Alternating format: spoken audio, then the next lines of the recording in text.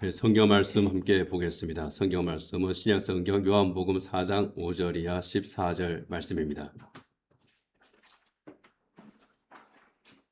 네, 함께 읽겠습니다. 하나님께서 주신 말씀입니다. 예수께서 사마리아에 있는 수가라는 마을에 이르셨다. 이 마을은 야곱이 아들 요셉에게 준 땅에서 가까운 곳이며 야곱의 우물이 거기에 있었다. 예수께서 길을 가시다가 피로하셔서 우물가에 앉으셨다. 때는 오정쯤이었다.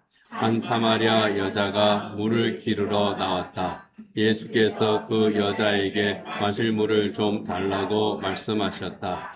제자들은 먹을 것을 사러 동네에 들어가서 그 자리에 없었다. 사마리아 여자가 예수께 말하였다.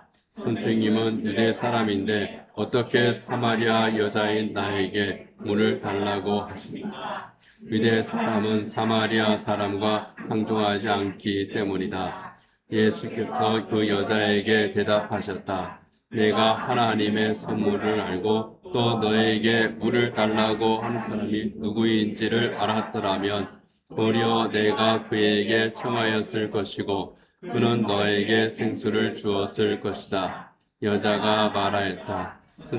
선생님에게는 수레박도 없고 이 우물은 깊은데 선생님은 어디에서 생수를 구하신다는 말입니까? 선생님이 우리 조상 야곱보다 더 위대하신 분이라는 말입니까? 그는 우리에게 이 우물을 주었고 그와 그 자녀들과 그 가축까지 다 이 우물의 물을 마셨습니다. 예수께서 말씀하셨다. 이 물을 마시는 사람은 다시 목마를 것이다. 그러나 내가 주는 물을 마시는 사람은 영원히 목마르지 아니할 것이다. 내가 주는 물은 그 사람 속에서 영생에 이르게 하는 샘물이 될 것이다.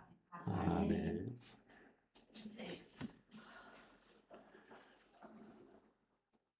예수님의 주 사역지는 갈릴리 지역이었습니다.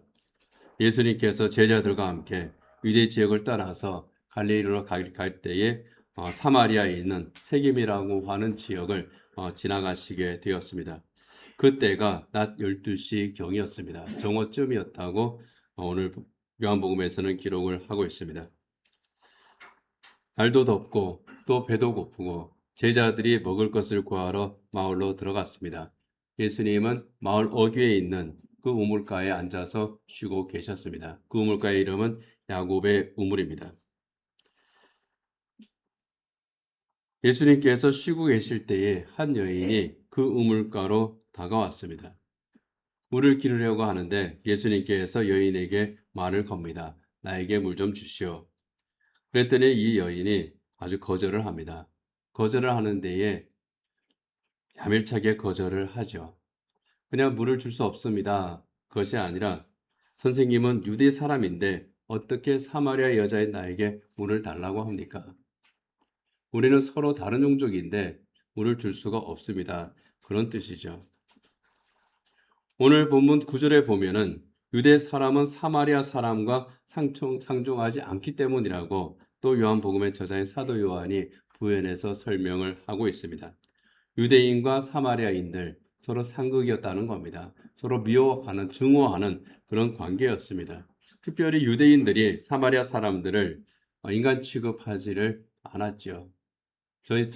저 사람들은 인간이 아니다. 참 더러운 종족들이다. 하나님께서 싫어하시는, 멸시하시는 그런 종족들이다. 저들과 우리는 함께 숟가락도 섞을 수가 없다. 그렇게 할 정도로 멸시를 했습니다. 이렇게 멸시를 당하는데 감정이 좋을 리가 없죠. 당신 유대인이고 나는 사마리아 사람인데 어떻게 상종도 하지 않는 나 같은 사람에게 물을 달라고 합니까? 못 주겠습니다. 하는 겁니다. 어떤 면에서 보면은 당연한 거절이기도 했습니다. 그런데 이 여인의 거절에는 또 다른 숨은 이유가 있다고 그럽니다. 유대인 신학자로서 아주 뛰어난 알프레드 에더삼이라는 사람이 있습니다. 이 사람은 초기 그 기독교의 그 당시 팔레스타인의 형편에 대해서 상당히 정통한 그런 신학자입니다. 알프레드 에더사임은요, 수가성 동쪽에 야곱의 우물보다 더 물이 좋고 더 가까운 우물이 있었다고 말합니다. 수가성에 사는 사람들은 그 우물을 더 자주 이용했을 것이라 하는 거예요. 이 수가성 우물은 사람들이 자주 오지 않는 그런 우물이었습니다. 야곱의 우물이라서 귀한 우물이긴 하지만 사람들이 잘 이용할 수 없는 그런 우물이었죠. 게다가 예수님께서 물을 달라고 했던 그 시간대, 이 시간대가 중요하다는 겁니다. 정오라는 거예요. 낮 시간입니다. 12시에서 1시 그 사이에요. 가장 별이 뜨거운 시간입니다. 그 시간대에는 야곱의 우물보다 더 가까운 그 우물에도 사람들이 가지를 않는 그런 시간이었습니다. 그 당시 유대인들은 여인들이 물을 길러 나갔거든요. 그런데 물을 길러 나가는 시간이 이른 아침이나 또는 해가 질 무렵이었습니다. 좀 선선한 시간대에 물을 길러 갔습니다. 그리고 물을 길러 갔을 때에는 혼자 가지 않습니다. 남자들은 혼자들 잘 다니지만 여성들은 어떻습니까? 서로 이제 만나는 시간을 정하죠. 그리고 만나면은 수다를 떨어야 됩니다. 수다를 떨어야 스트레스가 풀리잖아요.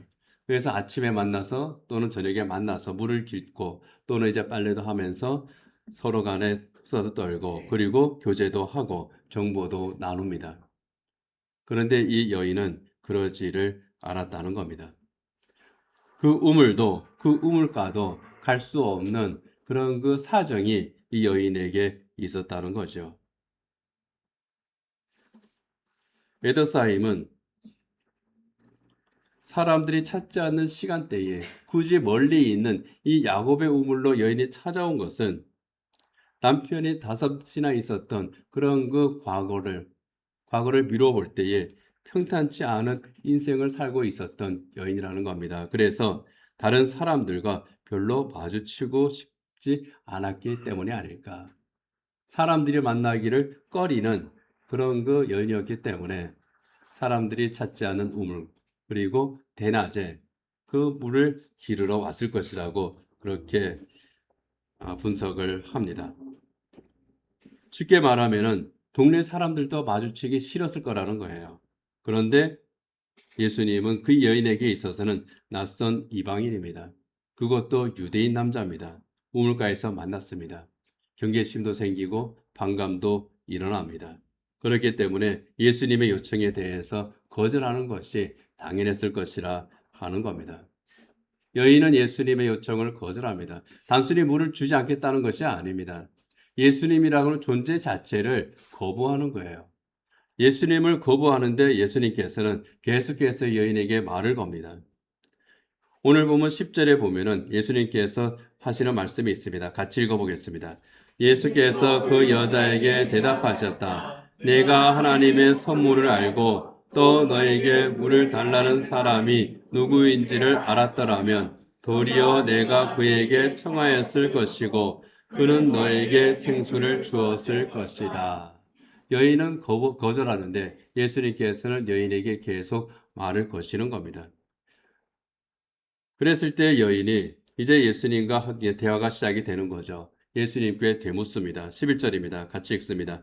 여자가 말하였다. 선생님, 선생님에게는 두레박도 없고 이 우물은 깊은데 선생님은 어디에서 생수를 구하신다는 말입니까?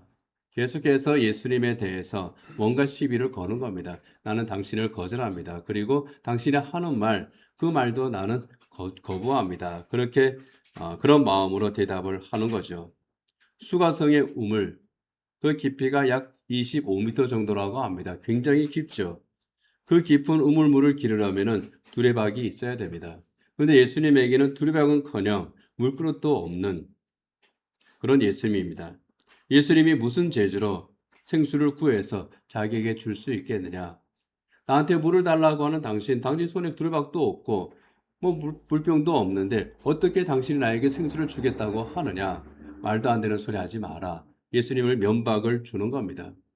예수님은 계속 요청을 하고 이 여인은 예수님을 계속 면박을 주고 있는 그런 상황입니다. 그런데 예수님께서는 거기에도 굴하지 않고 진지하게 다시금 이 여인에게 대답을 합니다. 13절이야 14절이죠. 같이 읽어보겠습니다. 예수께서 말씀하셨다. 이 물을 마시는 사람은 다시 목마를 것이다. 그러나 내가 주는 물을 마시는 사람은 영원히 목마르지 아니할 것이다. 내가 주는 물은 그 사람 속에서 영생에 이르게 하는 샘물이 될 것이다. 예수님은 계속 말을 거시는 거예요. 여인은 거부하는데 예수님께서는 계속 말을 거십니다. 참 우리와 비슷하죠. 우리는 예수님을 잊어버리고 예수님을 거부하고 거절하고 그럴 때 참 많은데 예수님께서는 그럼에도 불구하고 계속 말을 거시는 겁니다. 언제까지요? 예수님의 목적이 이루어질 때까지. 이 수가성 여인과 예수님의 대화가 그렇습니다. 이 여인이 생각하고 있는 생수, 예수님께서 말씀하시는 생수가 이 여인으로서는 도저히 납득이 되지를 않습니다. 이 여인이 늘 마시던 그 생수는 야곱의 우물에서 솟아오르는 그 우물물입니다. 그 우물물로 이 여인은 먹고 살았습니다. 비록 이 물로 오는 것이 참 때로는 불편하고 사람들을 마주치는 것이 싫기는 하였지만 그래도 이 우물물에 와서 자기는 그 물을 길어가서 먹고 그리고 그 물로 생활을 했습니다. 목이 마르면 그 물을 마시고 물이 떨어지면 다시 기르러 왔던 것이 이 여인의 삶이었습니다. 그런데 예수님께서 이 여인에게 말합니다. 내가 주는 물은 영원히 목마르지 않는 물이다. 그럴 뿐만 아니라 그 사람 속에서 영생에 이르게 하는 그 샘물이 될 것이다.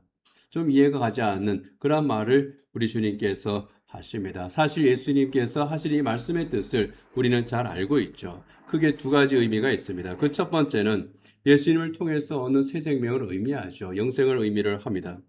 요한계시록 22장에 보면은 하나님의 보좌와 어리지 않으신 예수님의 보좌로부터 흘러나오는 생명의 강이 있다고 말씀을 합니다.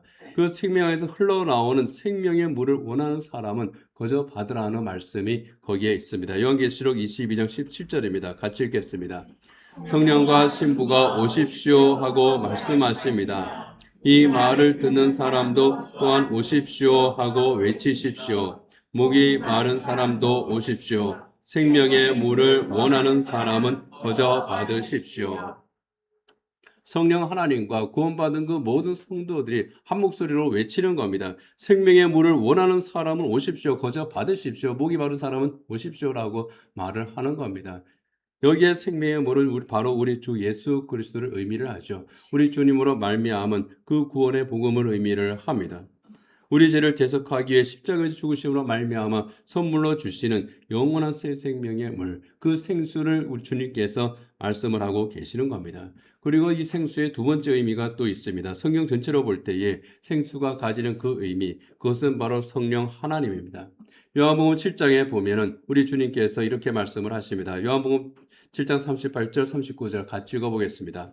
나를 믿는 사람은 성경에 말한 바와 같이 그의 배에서 생수가 강물처럼 흘러나올 것이다. 이것은 예수를 믿은 사람이 받게 될 성령을 가리켜서 하신 말씀이다. 그의 배에서 생수가 강물처럼 흘러나올 것이다. 그런데 그것은 바로 성령을 의미한다고 말씀을 하고 있습니다. 생명수이신 예수님의 은혜로 새 생명을 얻은 성도에게 성령 하나님께서 보혜사 성령 하나님께서 함께 하신다는 겁니다. 그리고 그 능력을 우리에게 늘 공급해 주시는 것을 의미를 합니다. 생수의 근원이신 성령 하나님으로 말미암아 모든 영적인 갈증을 영원히 해소시켜 주시는 바로 그것이 생수의 의미입니다. 이 생수를 우리 주님께서 이 여인에게 공급하겠다고 말씀을 하시지만은 이 수가성 여인은 그 의미를 이해할 수가 없지요. 그러나 예수님과 대화를 하는 가운데에 이 여인의 마음이 열리기 시작합니다. 계속해서 예수님께서 이 여인과 대화를 나누고 말을 걸고 대화를 하고 그 가운데에서 이 여인의 영혼이 깨어지기 시작합니다. 마침내 예수님께서 그리스도심을 믿고 고백하고 또 구원에 이르기까지 이릅니다. 아, 이분이 진짜 메시아셨구나. 성경에서 말씀하신 그 메시아가 바로 이분이었었구나 하는 것을 이 수가성 여인이 깨닫고 믿고 구원을 받습니다. 수가성 여인, 이 세상적으로 볼 때에 참 고단하고 힘든 인생을 살아가는 그런 사람이었습니다. 그 출신이 사마리아 출신이었을 뿐만이 아니라 같은 사마리아 사람들 중에서도 참 또 멸시받는 그러한 또 따돌림을 받는 그러한 형편이었을 것 같습니다. 그 이유가 무엇이었든 간에 이 여인에게는 과거에 남편이 5명이 있었습니다. 파란만장한 인생을 살아왔다고 하는 것을 바로 여기에서 단적으로 설명을 하고 있는 거죠. 이 한마디로 이 여인이 얼마나 힘들고 참 고단한 그런 삶을 살았을까 우리가 알 수가 있는 겁니다. 현재 같이 살고 있는 사람도 진짜 남편은 아니라고 그렇게 말했으니 이 여인은 다른 사람들 앞에 좀 떳떳하게 살아가는 그런 사람은 결코 아니었을 겁니다. 그것이 바로 사람들의 눈을 피해서 물을 길어야 하는 그런 외로운 인생으로서 나타난 것입니다. 이 우물물, 내가 마시고 또 마셔도 다시 목이 마르죠. 그 인생의 갈증은 그보다 더 심했을 겁니다. 아무리 애를 써도 풀리지 않는 그 인생, 고달팠을 겁니다. 우물가에 가기 싫지만 내가 먹고 살기 위해서 물동이를 이고 그 우물가에 가야 했습니다. 바로 그것처럼 내가 먹고 살기 위해서 어쩔 수 없이 해야 되는 그런 일들이 이 여인에게 있었을 겁니다. 그것 때문에 고단하고 지쳤던 것이 이 여인의 삶입니다. 이 여인에게 예수님께서 생수를 주겠다고 말씀을 하신 겁니다. 이 여인은 예수님께서 말씀하시는 그 생수의 그 첫 번째 의미가 이제는 나를 좀 편하게 살 수 있게 해줄 것인가 하는 그런 차원의 것으로 생각을 했다면은 그 다음에는 그것이 아니구나. 그것과는 비교할 수 없는 더 큰 은혜의 생수를 내게 주시는 거구나. 영원한 생수, 내 영혼의 갈증을 해갈시키는 그 생수를 주시는 것이구나. 이 여인이 깨닫습니다. 그래서 처음에는 예수님을 거부하고 예수님의 말씀마다 빈정대던 그런 여인이었지만은 우리 주님과 대화를 나누는 가운데 주님의 말씀을 듣고 그 영혼이 변화되면서 상처받았던 그 영혼이 우리 주님의 은혜로 치유받는 그런 그 과정을 거치게 됩니다. 우리 주님을 만남으로 그의 삶의 근원이 달라졌기 때문입니다. 야곱의 우물에 의존해서 지금까지는 살아왔지만 싫어도 이 야곱의 우물을 깃기 위해서 그곳에 나와야 했지만은 이제는 영원토록 솟아나는 생수의 근원이신 우리 주님으로 말미암아 사는 우리 주님 때문에 살아갈 수 있는 새로운 존재가 되었기 때문입니다. 우연히 그곳에서 우리 주님을 만났는데 주님을 만남으로 이 여인의 삶이 달라졌습니다. 미생이라고 하는 드라마가 있었습니다. 꽤 오래전에 방영된 그런 한 10년 전쯤에 방영된 것으로 제가 기억을 합니다. 그 장그래라고 하는 주인공에게 그 멘토격인 오가장이 이런 말을 합니다. 사람이 살면서 누구를 만나느냐에 따라 인생이 달라질 수 있는 거야. 파리 뒤를 쫓으면 변소 주변이나 어슬렁거릴 것이고 꿀벌 뒤를 쫓으면 꽃밭을 함께 거니게 될 거야. 아주 그 사람의 만남에 대해서 쉽게 잘 표현한 것 같습니다. 파리 뒤를 쫓으면 변소 주변이나 어슬렁거리고 꿀벌 뒤를 쫓으면 꽃밭을 함께 거닐게 될 거야. 누구를 만나냐에 따라서 그 인생이 달라진다, 결정된다 하는 것. 이 말처럼 실제 우리의 삶의 현장도 그렇지 않습니까? 우리가 누구를 만나냐에 따라 우리의 삶의 궤적이 달라졌던 것들을 우리는 지금까지 살아오면서 참 많이 경험을 했습니다. 지금까지 수가성 여인의 삶이 바로 그랬을 것 같습니다. 전에는 남편이 5이 있었으나 지금 사는 남자도 너 남편이 아니지 않느냐. 비난하는 것이 아닙니다. 지금까지 그 수많은 만남들을 상징하는 말입니다. 그 만남들이 이 여인에게 유익이 되는 만남들이 아니지 않았느냐 하는 주님의 날카로운 질문이면서 동시에 주님의 위로인 겁니다. 그 모든 잘못된 만남은 있었지만 이제 너는 이 자리에서 새로운 만남을 경험하게 된다고 하는 겁니다. 우리 주님을 만나서 경험을 하게 되는 그 만남.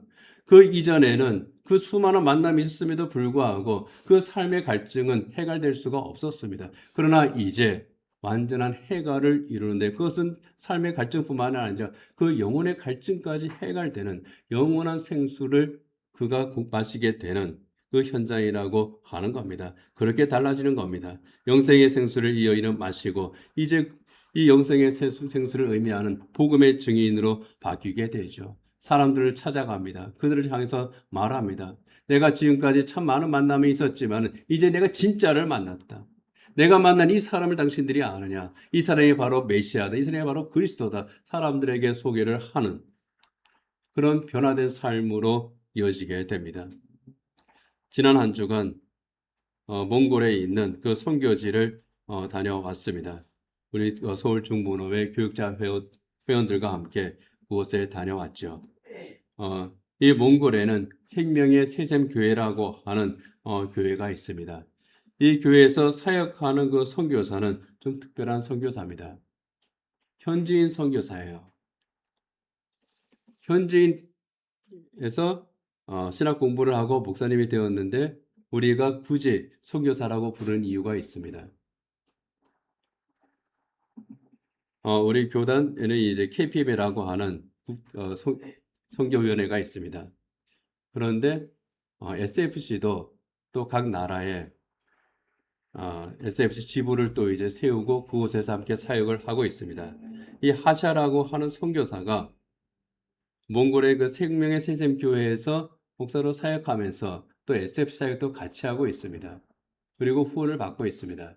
그래서 우리는 이 하샤 목사님을 하샤 선교사라고 그렇게 이제 호칭을 합니다. 이분이 예수님을 믿게 된 그 계기가 있습니다. 한국어를 배우기 위해서 과목을 수강한 겁니다. 몽골 국립대학 이제 졸업을 했는데요. 한국어를 배우기 위해서 한국어를 가르치는 교수를 만났습니다. 근데 그 교수가 바로 우리 고신 교단의 선교사였습니다. 선교사님인데 몽골은 그 종교의 자유는 있지만 외국인이 들어와서 선교를 하거나 또는 설교를 하면은 추방당합니다. 그래서 이분이 그 학교에서 이제 몽골 그 국립대학에서 학생들을 가르치는 교수로서 그곳을 갔거든요. 그리고 교수로서 성경 공부, 한국어를 가르치는 그런 과정을 개설을 했고 한국어를 가르치는 교재가 바로 성경이었어요. 그래서 함께 성경 읽기를 하면서 성경 공부를 하면서 이 하샤의 마음이 열리고 예수님의 구주를 영접한 겁니다. 마치 수가성 우물가를 찾아온 그 여인이 인생의 갈증에 시달리던 그 여인이 예수님을 만나서 마음을 열고 생수를 공급받고 예수님을 구주로 영접한 것처럼 한국 문화에 대한 그런 갈증으로 대학에 들어가서 한국어 교수를 만나서 한국어를 배웠는데 그 갈증이 해소된과 동시에 더 큰 갈증, 그 영혼의 갈증까지 함께 해소되는 큰 복을 이 사람이 받은 겁니다. 한글 성경으로 성경 공부하다가 예수님을 구주로 영접을 했습니다. 사실 몽골 인구는 땅은 굉장히 넓은데 인구는 한 350만 명 정도입니다. 그 중에 기독교인 인구가 1%에서 2%, 그 사이라고 그래요. 많아야 4만 명에서 5만 명 정도입니다. 그리고 신앙생활을 하는 데에도 불편한 점이 굉장히 많습니다. 우리는 굉장히 자유롭습니다. 그런데 이분들은 많은 면에서 불이익이 많고 또 불편합니다. 민주주의 국가인데도 땅이 전부 국가 소유입니다. 그래서 토지 이용권밖에 없어요. 그래서 건물을 지을 수 있는 그 권리만 가지는 겁니다. 그래서 나라에서 이 땅을 사용할 수 있는 권리를 허가받아야 돼요. 그런데 교회에는 허가를 해주지를 않습니다. 십자가도 못 붙여요. 그래서 편법을 씁니다. NGO 단체를 그 명을 이용을 해서 그 명의로 우리가 건물을 짓겠습니다 하고 건물을 짓고 그곳에서 예배를 하는 겁니다. 그리고 신학 공부를 하고 목사가 된다는 거 별로 비전도 없어요. 그런데 왜 그 일을 하느냐? 제가 물어봤어요. 그렇게 힘든데 왜 굳이 선교를 하려고 하느냐? 그것도 왜 청년 선교를 하려고 하느냐? 그랬더니 이렇게 대답합니다. 자기가 대학에 와서 예수님을 만났고 너무 이 예수님이 좋아서 몽골의 청년들도 이 예수님을 만나게 해주고 싶었기 때문에 제가 이 일을 합니다. 그렇게 대답을 하더라고요. 그래서 그런지 모르겠지만은 이 하샤 선교사가 섬기는 그 교회 이름이 생명의 새샘 교회입니다. 그리고 이 교회에는 하샤 목사님 부부를 비롯해서 4명의 SFC 간사가 전부 다 현지인이에요. 4명의 SFC 간사가 청년들, 대학생 그리고 청소년들을 대상으로 복음을 전하면서 헌신하고 있습니다. 그곳에 이제 학사관이 있습니다. 그 학사관에 이 학생들이 기숙을 하면서 매일 아침 저녁으로 성경을 읽고 또 큐티하고 예배하고 그리고 당연히 공부를 하고 이 학사관이 들어있는 그 이제 건물 그 이제 아파트죠. 우리 아파트와는 좀 다릅니다. 우리나라 70년대 80년대 생각하면 돼요. 거기 그 계단이나 이런 주변을 깨끗하게 청소하면서 정말 그리스도인 어떤 모범을 보여주기 때문에 그리스도인이다, 거기서 찬송을 한다, 예배를 한다 그러면 바로 신고가 들어가는 그러한 그 환경임에도 불구하고 거기 사람들이 안 한답니다. 그렇게. 그 이유가 뭐냐 하면은 청소 깨끗하게 해주니까 얼마나 좋아요. 자기들한테 불편하게 하는 게 하나도 없고 오히려 자기들에게 유익하게 하는데 왜 신고를 합니까? 굉장히 좋아한다고 그래요. 그러면서 복음을 이제 전하고 또 그리스도인들이 또 하나씩 하나씩 생겨나고 있는 거죠.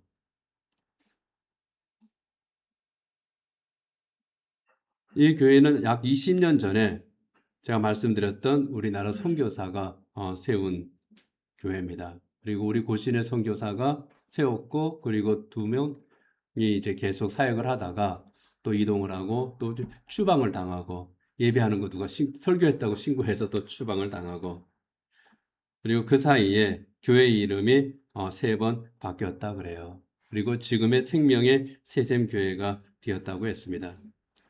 제가 이 하사 성가한테 꼭 물어보고 싶었는데 왜 생명의 새샘 교회냐? 생명의 샘 교회도 있고 새 생명의 샘 교회도 있고 그런데 왜 생명의 새샘 교회냐? 한번 물어보고 싶었는데 못 물어봤습니다.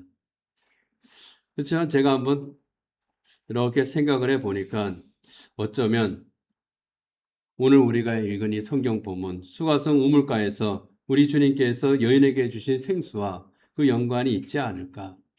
정말 그 우물과 연관이 있지 않을까? 그런 생각을 합니다. 이것은 순전히 저의 추측입니다. 한국어를 배우려다가 우연히 성경 공부를 하게 됐습니다. 정말 우연입니다. 우물물을 기르러 오던 여인도 우연히 예수님을 만났습니다. 우연이에요. 그런데 그 우연이 주님이 준비하신 우연, 필연이라고 하는 것이 중요한 겁니다. 나는 우연히 우물물을 기르러 왔는데, 나는 우연히 한국어를 배우려고 했는데, 거기에서 만난 사람이 선교사였고, 거기에서 만난 분이 예수 그리스도였다고 하는 겁니다. 필연이죠. 생명의 새생교회라고 하는 그 이름은 주님을 만나서 생명의 샘물을 마시고 구원받기를 소망하는 마음이 그 이름에 담기지 않았을까. 그렇게 생각을 하면서 정말 척박한 땅, 바로 그 몽골의 생명의 생수가 흘러넘치는 생명의 새생교회가 되기를 그렇게 기도하는 가운데에 다시 이제 돌아왔죠. 그러면서 우리 교회를 한번 생각을 했습니다. 우리 교회 이름 성수교회 아닙니까? 한자로 풀면은 거룩할 성자의 물 숫자입니다. 문자 그대로 하면은 거룩한 물입니다. 1차적인 이 교회를 처음 세울 때에 이 이름을 지은 1차적인 의미는 이 교회가 위치하고 있는 이 수유리를 복음화하자 하는 그 의미가 1차적인 의미입니다. 그리고 2차적인 의미, 생명수로서의 거룩한 물 성수의 의미를 함께 가지고 있는 겁니다. 우리 성수교회가 왜 성수교회인지 그것을 우리가 분명하게 또 아시기를 바랍니다. 우리 성수교회를 통해서 이 세상 사람들이, 이 주변의 사람들이 우리 주님을 만나고 우리 주님을 통해서 우리 주님께서 공급하시는 생명수를 마시고 구원을 받기를 그렇게 해서 하나님의 자녀가 되는 그런 교회, 우리 주님의 말씀 그대로 생수의 강이 흐르는 그런 교회가 되는 것이 이 교회의 이름에 담긴 목적인 겁니다. 그런 면에서 몽골의 그 생명의 새샘 교회와 이 수일에 있는 성수 교회는 같은 목적을 가진 교회죠.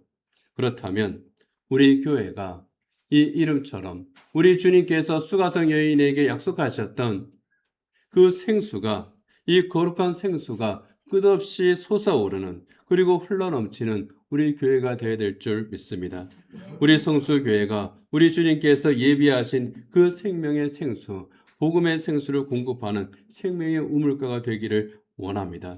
거룩하신 생수이신 우리 예수님을 만나는 우리 성수교회, 성령의 생수가 흘러넘치는 우리 성수교회, 복음의 생수가 충만한 우리 성수교회가 되고 이 교회에서 우리 모두가 그 생수의 은혜를 충만히 누릴 수 있기를 원합니다. 이제 말씀을 맺도록 하겠습니다. 수가성 여인은 먹고 살기 위한 그런 목적으로 우물가를 찾아왔습니다. 삶에 지친 사람이었습니다. 사람들을 만나는 것이 참 꺼려지는 그런 형편에 있는, 요즘으로 말하면은 참으로 그 우울 증세가 깊은 그런 사람이라고도 할 수 있을 겁니다. 다른 사람을 만나는 것이 싫었던, 그리고 만나는 사람이 거는 말에도 까칠하게 대할 수밖에 없었던 그런 그 사람이었지만은 우리 주님을 만났을 때에 그 우연한 만남이 우리 주님께서 예비하신 필연이었고 그 마음을 치유했고 그 인생을 달라지게 했고 그 영혼을 구원하는 바로 그 만남이었던 것. 바로 그것처럼 우리 성수교회가 그 생수의 우물가가 되기를 원합니다. 이 세상에서 목이 마르고 지친 사람들이 있습니다. 그들이 우연히 우리 교회를 찾아오고 우연히 성수교회 성도들을 만난다 할지라도 그 우연을 통한 필연으로 우리 주님을 만날 수 있기를 원합니다. 우리 주님께서 공급하시는 영원한 생수를 마시고 구원을 받고 회복의 은혜를 누리는 바로 그 생명의 우물가가 되는 우리 성수교회가 되기를 소망합니다. 우리 함께 기도하도록 하겠습니다. 침묵 가운데에 기도하겠습니다. 수가성 여인이 우연히 우리 주님을 만났지만 그것은 주님께서 예비하신 필연이었던 것처럼 우리가 주님을 만난 것도 필연이었음을 믿습니다. 이 필연에 우리가 감사하면서 우리의 그 모든 할증들을 해소시킨 우리 주님을 저희들이 생각하면서 이 시간 우리 주님 앞에 감사와 함께, 그렇다면 나는 지금 이 생수를 계속 공급받고 있는지 우리 스스로를 주님 앞에서 먼저 돌아오기를 원합니다. 주님께서 공급하시는 생수를 마시는 복된 사람들이 되기를 주님 앞에 기도하십시오. 그리고 우리 성수교회가 생명의 생수가 영원히 흘러넘치는 이 세상 사람들을 주님의 앞으로 인도할 수 있는 새 생명을 공급하는 우리 성수교회가 되기를, 또 성령 충만한 우리 교회가 되기를 기도하십시오.